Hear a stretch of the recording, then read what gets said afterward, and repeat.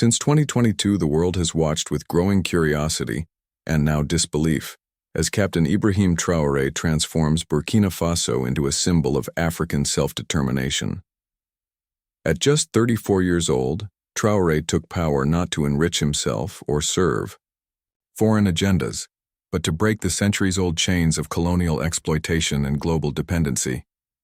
What he is building in Burkina Faso is not just a new government, but a radical new model for African sovereignty, one rooted in dignity, resource control, and Pan-African unity. Under his leadership, French military forces have been expelled, foreign mining companies have been challenged, and new partnerships are being formed based not on extraction, but on mutual respect. Roads once left unfinished are now being completed by local hands. Schools and hospitals once neglected are being rebuilt with a focus on national pride and ownership. What shocks the world most is not merely the speed of this transformation, but the unapologetic way Traoré declares, "Africa belongs to Africans." While Western powers scramble to protect their economic interests, millions across the continent see in Traoré a new kind of leader, fearless, strategic, and rooted in the soil of his people.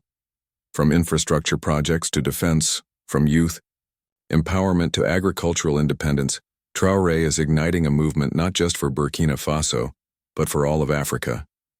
What's unfolding here is not a military regime. It's an awakening, a long overdue rejection of neocolonialism. And for the first time in generations, many Africans are daring to believe in a future they can build and own themselves.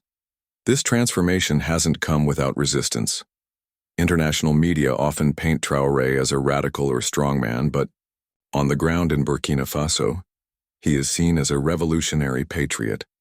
His government has prioritized securing local resources, gold, manganese, and other strategic minerals, that for decades were extracted by foreign corporations while ordinary citizens remained impoverished. Under his directive, the state is renegotiating mining contracts, seizing control of national assets, and demanding that Africa's wealth benefits Africans first. Traoré's administration is investing in national production, encouraging youth to take pride in farming, manufacturing, and innovation, instead of depending on imported goods or foreign aid. The narrative is shifting. Burkina Faso is no longer a passive player in the global system. It is becoming a blueprint for resistance and renaissance. His message to the African continent is clear. Our future cannot be outsourced, and our destiny cannot be dictated from Paris, Washington, or Brussels.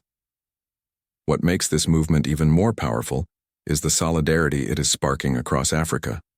From Mali to Niger, young Africans are raising their voices, inspired by the Burkinabe example.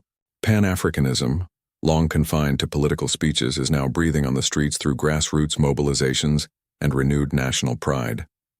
Traoré is building more than roads or policies. He is constructing a narrative of defiance and dignity. Regional alliances are forming, echoing a call for military, economic, and technological independence. And while Western powers may dismiss these developments as temporary or chaotic, many global observers are beginning to understand that something irreversible is happening. Traoré is not just rewriting Burkina Faso's future, he's helping Africans everywhere reclaim their story. For a continent too long treated as a resource pit and geopolitical pawn, this is more than a political shift. It's a continental rebirth.